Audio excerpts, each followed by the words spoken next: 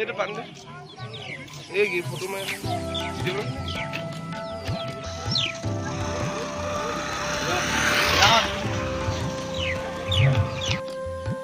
ভগামুৰ মিলনজ্যোতি মইনা পাৰিজাতৰ সৌজন্যত অনুষ্ঠিত কৰা সপ্তম দ্বিবাৰ্ষিক মইনা সমাৰোহৰ পবিত্ৰ কাৰ্যসূচী পতাকা উত্তোলন ইতিমধ্যে আৰম্ভ কৰিব লৈছোঁ।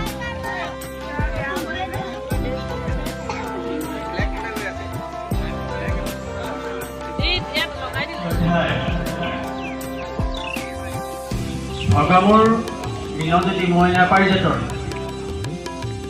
সপ্তম দ্বিবাৰ্ষিক মইনাৰ সমাৰোহ উপলক্ষে আয়োজন কৰা দুদিনীয়া কাৰ্যসূচী প্ৰথম দিনৰ কাৰ্যবিহাৰ উত্তোলক মহোদয় আমাৰ পতাকাৰ ধৰি ইতিমধ্যে উপস্থিত হৈছে।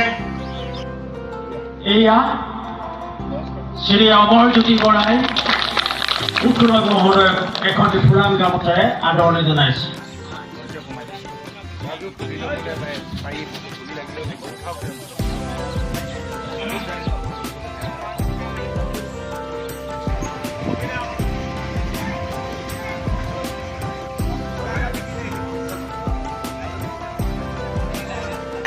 অনুৰোধ জনোৱা হ'ল আয়তীসকলে অনুৰোধ দিবলৈ অনুৰোধ জনোৱা হৈছে।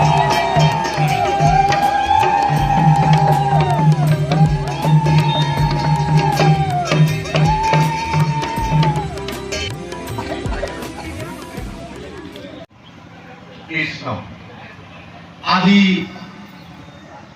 ভগামুৰ মিলনজ্যোতি মইনা পাৰিজাতৰ পতাকা উত্তোলনৰ কাৰ্যসূচী আৰম্ভ কৰা হৈছে। আৰম্ভণিতেই সপ্তম দ্বিবাৰ্ষিক অধিৱেশনত উপস্থিত থকা সন্মানীয় ব্যক্তিসকল আৰু সন্মানীয় লগতে আমাৰ আইসকল আৰু অতি মৰমৰ মইনাসকল লগতে পৰিচালনা সমিতিৰ সম্পাদক সভাপতি মহোদয় লগতে আমাৰ যিসকল ব্যক্তি বৰেণ্য হিচাপে আমাৰ মাজত ব্যস্ততা হৈ আছে সকলোলৈকে আমি প্ৰথমতেই আন্তৰিক শুভেচ্ছা জ্ঞাপন কৰিছোঁ।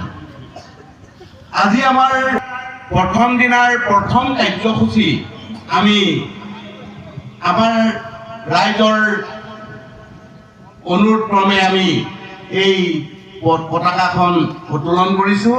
হুঁচৰি দন্তীয়া নট আকাৰে না তিনিটা আখৰেৰে এটা শব্দ মইনা শব্দটো গঠিত হৈছে। মহৎ হুঁচৰি ইচ্ছা দন্তীয়া নট আকাৰে না নায়ক মহৎ ইচ্ছাৰ নায়ক। চোৱা আজি মইনাৰ পৰাই আমাৰ পঢ়ি শুনি ডাঙৰ হৈ গৈ ডাঙৰ এজন দেশৰ ধৰণী হিচাপে হ'ব। গতিকে মহৎ ইচ্ছাৰ নায়কৰ এটা অনুষ্ঠানত প্ৰত্যেকেই আমি জড়িত থাকি এই অনুষ্ঠানৰ আমি সদায় সহযোগ কৰি আমি অনুষ্ঠানটো আগবঢ়াই লৈ যাব লাগিব। বিশেষকৈ মইনাসকলক আগবঢ়াই আনিব লাগিব অভিভাৱক অভিভাৱিকাই।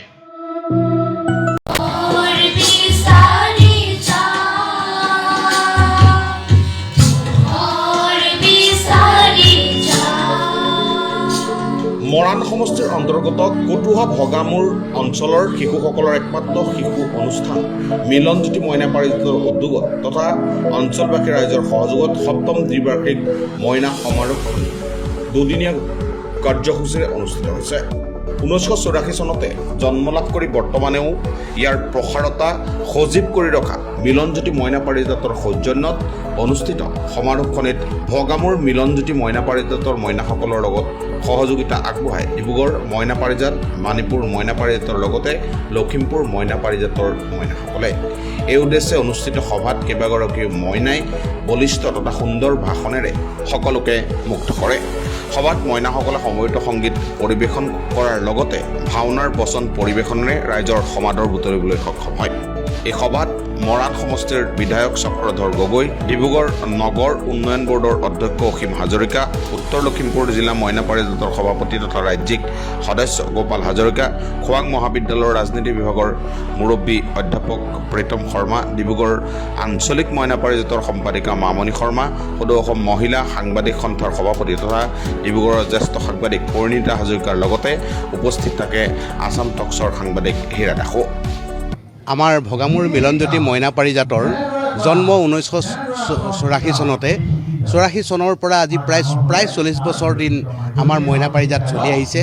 এই মইনা পাৰিজাতৰ দ্বাৰাই আমাৰ প্ৰাক্তন মইনাসকলে অসমৰ শদিয়াৰ পৰা ধুবুৰীলৈকে বহু জেগাত গৈ প্ৰতিযোগী হৈ তেওঁলোকে পুৰস্কাৰ লাভ কৰি সুসন্মান অৰ্জন কৰিছে।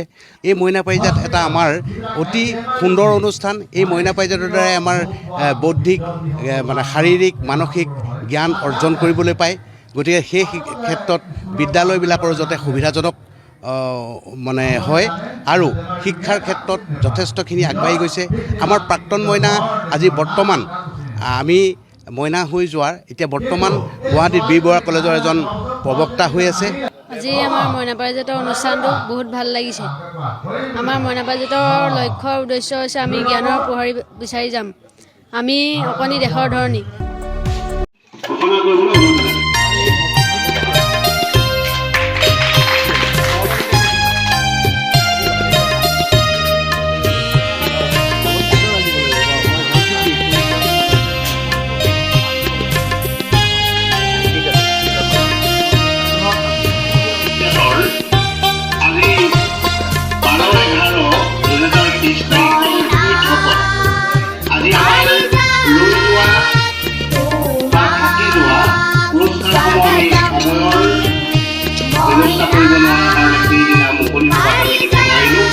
তাৰ পৰীক্ষা কৰিবলৈ লোৱা হৈছে।